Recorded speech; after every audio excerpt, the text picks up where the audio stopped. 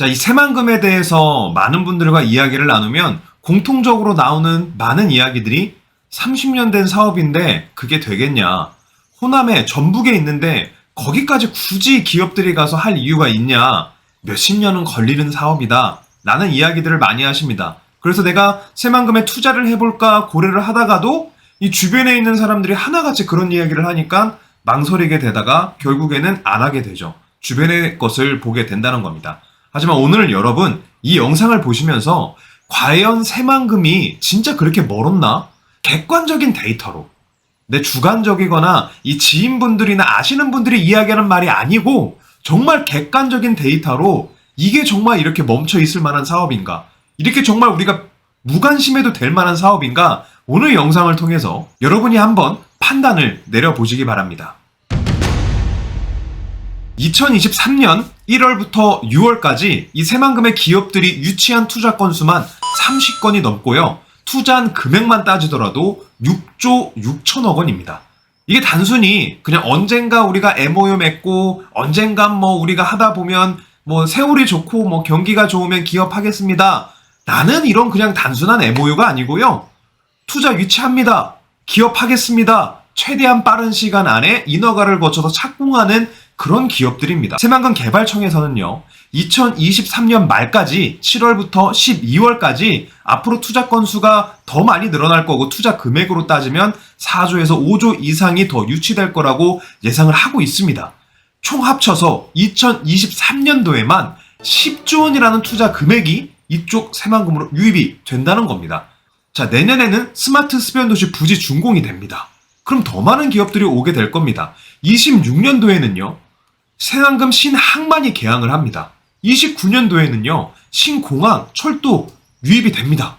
여러분 그렇다고 하면 물류에 관련된 기업들, 무역에 관련된 기업들, 거기에 따른 편의시설들, 거기에 따른 주거시설과 공공기관들이 계속해서 유입이 되니까 사람들이 계속해서 올 수밖에 없고 기업들이 계속해서 올 수밖에 없다는 겁니다. 매년 10조 원의 이상의 투자 금액이 이쪽 새만금으로 유치가 되는 겁니다. 왜냐? 정부에서 너무 기업을 하기 좋게 판을 다 깔아줬습니다. 공항 있죠? 항만 있죠? 철도 있죠? 고속도로 있죠? 더 중요한 건 뭐냐? 새만금이요. 국제투자진흥구역으로 지정이 됐습니다. 우리 개인 같은 경우에도 세금 낼 때 얼마나 아깝습니까? 세금 내는 걸 기쁜 마음으로 너무 좋아서 내는 사람 솔직히 없습니다. 어떻게 하면 안 낼 수 있을까? 방법을 찾아봅니다. 우리가 절세할 수 있는 방법이요. 기업들은 내는 돈이 정말 크기 때문에 더 많은 절세의 방법을 찾습니다. 하지만 새만금은 국제투자진흥구역으로 지정이 돼서 3년 동안 법인세와 소득세를 면제해줍니다. 100%. 100%를 면제를 해줘요. 법인세랑 소득세. 비용 다 빼고 돈을 벌면 기업 이익입니다. 그리고 나머지 2년 동안은 50%의 법인세와 소득세를 감면해줍니다. 총 5년 동안 세금에 대한 혜택을 주고 그 이후에도 계속해서 기업을 할 수 있는 좋은 조건들, 혜택들을 주게 된다는 겁니다. 기업들이 안 오겠습니까? 공항, 항만, 철도, 고속도로 다 있고 기업할 수 있는 세금 혜택 주고 땅 쌉니다. 임대를 100년 동안 임대를 해주거나 아니면 싼 가격에 분양을 받을 수도 있습니다. 여기 내가 공장을 짓겠다고 하면 인허가의 기간을 굉장히 빠르게 단축시켜줍니다. 이런 곳에 정부가 이런 모든 데이터를 갖고 새만금 내부에 30만 명이 살 수 있는 주거, 편의, 공공시설, 일자리를 계획하고 있고요. 40만 명은 새만금 주변 도시, 군산, 김제, 부안에 나누어서 살게 될 거라고 총 70만 명의 인구 유입을 제 개인적으로 생각하고 있는 게 아니고요. 새만금 개발청, 정부에서 계획을 하고 있는 겁니다. 이런 많은 호재들이 있고 이런 많은 기초시설들, 인프라들이 갖춰져 있는 곳이 새만금입니다. 7월 20일 날 전국의 많은 지자체들이 2차 전지 특화단지로 지정을 받기 위해서 열심히 뛰고 있습니다. 다른 지자체에서는 어느 정도의 고위 공무원들이 가서 브리핑을 했습니다. 하지만 이 전북은요. 김관영 도지사가 직접 가서 2차 전지 특화단지 이 새만금으로 유치해야 된다고 직접 가서 브리핑했습니다. 그 정도로 열정이 가득한 도지사가 있는 곳, 그 정도로 새만금의 장점을 그냥 보통 수준의 공무원이 가서 브리핑하는 게 아니라 도지사가 가서 브리핑할 정도의 열정이 있고 자신감이 있는 곳이 이 새만금이라는 겁니다. 이미 국제투자진흥직으로 지정이 됐습니다. 여기에 2차전지 특화잔지까지 지정이 된다고 하면 이 시너지가 엄청나게 됩니다. 그런 호재가 있는 곳이 새만금입니다. 멀었습니까? 당장인데요. 7월 20일이면 20일 후인데요. 멀었습니까? 잼버리 대회 한 달 후면 열립니다. 멀었습니까? 기업들이 10조 이상씩 매년 투자 유치하고 기업하고 있습니다. 그들이 살 수 있는 주거단지가 필요하고요. 그들이 이용해야 될 편의시설, 공공시설 필요해지고 있습니다. 여러분, 새만금 멀었습니까? 정말 멀었습니까? 이게 안 될 것 같습니까? 눈앞에 이런 것들이 계속해서 진행이 되고 있고, 공항 좀 있으면 개항하고, 항만 좀 있으면 개항하고, 고속도로 좀 있으면 개통되고, 인입철도가 좀 있으면 유입이 되는데, 여러분 정말 멀다고 느끼십니까? 몇십 년이 걸리고 내가 죽어야지 되지 지금은 안 된다고 느끼십니까?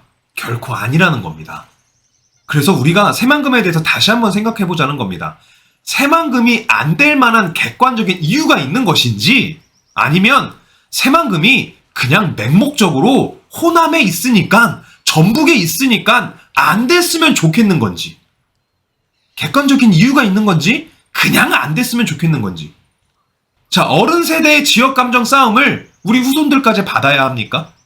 전북은 무조건 안 돼야 되고, 호남은 무조건 안 돼야 되고, 경상권은 무조건 잘 돼야 되고, 다른 지역은 무조건 잘 돼야 된다. 호남 지역은 소외시켜야 된다.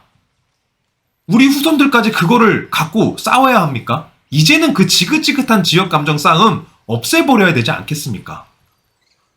호남이 안 되는 것이 아니라, 새만금이 안 되는 것이 아니라, 안 됐으면 좋겠는 그런 마음, 이제는 그만하시고 이 새만금을 객관적으로 보시고 이 전북을 객관적으로 보자는 겁니다. 지역 균형 발전이 어느 정도는 이뤄야 되지 않겠습니까? 한 지역만 계속해서 발전이 되면 다른 지역들은 어떻겠습니까? 이 전북이요, 청정합니다. 그렇게 크게 개발된 게 없습니다. 대기업들이 들어오지 않습니다. 하지만 새만금으로 인해서 대기업들이 들어오고 있고 이곳에 많은 인구가 유입되고 있습니다. 그 역할을 새만금이 톡톡하게 해주고 있고, 그렇기 때문에 김관영 도지사도 지금 바쁘게 뛰고 있다는 겁니다. 새만금이 안 되는 것이 아니라 새만금이 정말 빨리 되고 있다. 우리가 많은 개발 사업들을 봤을 때요, 강남 개발 처음 됐을 때 사람들이 된다고 생각했을까요? 40년 전, 50년 전에요. 우리가 불과 20, 30년 전에 세종시 개발한다, 영종도, 청라, 송도 개발한다 했을 때 우리가 야, 거기 대박이다, 되면 진짜 좋겠다, 정말 거기 사업은 최고의 사업이다, 우리가 이렇게 생각했나요? 아니요. 다 부정하고 다 비난하고 다 비판했습니다. 안 되는 이유를 수십 수백 가지 갖다 붙이면서 무조건 안 된다고 했습니다. 안 됐습니까? 다 됐습니다. 대한민국에서 국가의 주도로 여태까지 했던 개발 사업 중에서 안 된 게 없어요. 다 됐습니다. 안 된 게 뭐가 있습니까? 그냥 안 됐을 거야, 안 된 게 뭔가 있을 거야 라는 생각 말고요, 진짜 안 된 게 뭔지 여러분 생각해 보시기 바랍니다. 객관적으로, 내 주관적인 생각이 아니라 진짜 객관적으로 안 된 게 있는지 한번 생각해 보시기 바랍니다. 다 됐습니다. 왜냐? 대한민국은요, 개발도상국에서 선진화된 나라의 반열에 들어서기까지 엄청난 많은 개발이 필요했고, 그로 인해서 나라가 성장해서 경제 대국이 점점 되고 있습니다. 이런 나라의 성장기 가운데 개발 사업 필요했고요, 정부가 그 필요성을 알았고요, 바쁘게 전국 어디든 수많은 개발 사업, 정부의 주도로 일어나는 수많은 개발 사업들, 정부가 판을 깔아주고 기업들이 들어와서 기업을 했던 많은 곳들이 개발이 됐다는 겁니다. 새만금도 이제는 우리나라가 선진화된 반열에 들어선 그 시점에 4차 산업, 2차 전지, 미래산업, 신재생에너지, 인공지능, 로봇, AI 등 많은 기업들이 이곳에 들어와서 ESG 경영할 수 있고, 아리백 경영할 수 있고, 친환경으로 경영할 수 있도록 환경이 갖춰지는 곳, 세금의 조건이 갖춰지는 곳, 큰 땅을 싸게 임대해주거나 큰 땅을 싸게 분양이 가능한 곳, 그곳이 바로 새만금이라는 겁니다. 멀지 않았습니다. 정말 가까이 왔습니다. 지금 새만금의 허허벌판에 아무것도 없지만 앞으로 3, 4년 후부터는요, 이 새만금에 본격적으로 눈에 띄는 건물이 올라갑니다. 24년도에요, 스마트 수변도시 부지 준공이 끝납니다. 바로 건물을 올 수 있다는 겁니다. 25년도부터 본격적으로 건물을 올려야 합니다. 왜냐? 새만금 신항만이 개항하지 않습니까? 그렇기 때문에 스마트 수변 도시 내에 건물이 올리고요. 23년도 8월에 이 잼버리 행사가 끝나게 되면 그 260만 평 부지에 일부는 산업단지로 변경할 계획도 갖고 있다고 합니다. 그 땅도 바로 건물을 올릴 수 있습니다. 그렇게 된다고 하면 건설 토목하는 인구부터 시작해서 바로 지자체부터 인구가 유입되기 시작합니다. 부안, 김제, 군산으로 인구가 유입되기 시작한다는 거죠. 그렇기 때문에 부안군의 배후도시가 필요해지고 있고, 그렇기 때문에 새만금에 점점점 많은 인구가 유입이 된다는 겁니다. 여러분, 멀지 않았습니다. 30년 됐죠?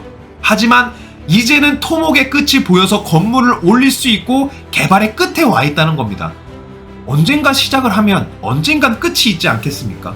하염없이 계속해서 토목공사만 하는 것이 아니고 이제는 끝이 가까이 왔다는 겁니다. 여러분, 그렇기 때문에 오늘 영상을 여러분들이 보시면서 아, 그래, 내가 주관적으로 무조건 새만금이 안 된다고만 생각할 게 아니라 저 친구가 저렇게 열정을 갖고 이야기하는 것처럼 새만금이 객관적으로 뉴스에도 많이 나오고 몇십조가 지금 이곳에 투입될 만한 몇 년 동안의 그런 스케줄이 있는데 내가 진짜 다시 한번 생각을 해봐야 되겠구나. 더 이상은 내 머리로만 생각하는 것이 아니라 두 눈으로 새만금을 보고 내가 직접 생각을 해야 되겠구나 판단이 가실 겁니다. 여러분, 이제는요, 생각만 하지 마시고 이곳 새만금으로 오셔서 두 눈으로 새만금을 직접 보시고 생각하고 판단해 보시기 바랍니다. 대한민국의 지난 50년 급속 성장하고 많은 개발 사업들을 통해서 많은 부를 이루신 분들 많습니다. 이제 그 기회를 이곳 새만금에서 놓치지 마시고 꽉 잡아서 여러분들의 가문과 여러분들의 풍요로운 부를 만들어 보시기 바랍니다. 여러분, 새만금 부안에서 뵙겠습니다. 감사합니다. 부안보안관이었습니다.